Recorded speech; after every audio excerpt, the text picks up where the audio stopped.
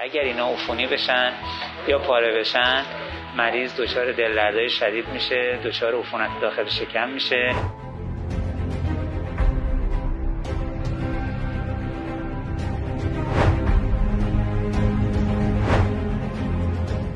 در این مریضی که در حال عمل هستیم نگاه بکنین، یه سری چیزایی مثل بادکنک از داخل کلون بیرون زده.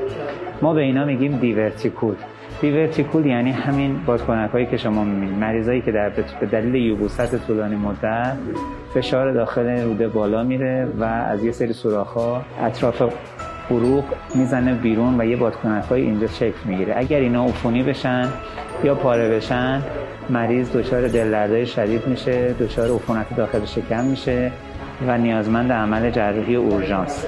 با توجه به تغییر رژیم غذایی این روزها، مقدار دیورتیکولیت هایی که ما میبینیم رو به افزایش هست و خب میبینید که عملش هم به صورت لاپاروسکوپی قابل انجامه. ما تیکه روده رو قطع میکنیم و مجدد به همدیگه آناستوموز میدیم.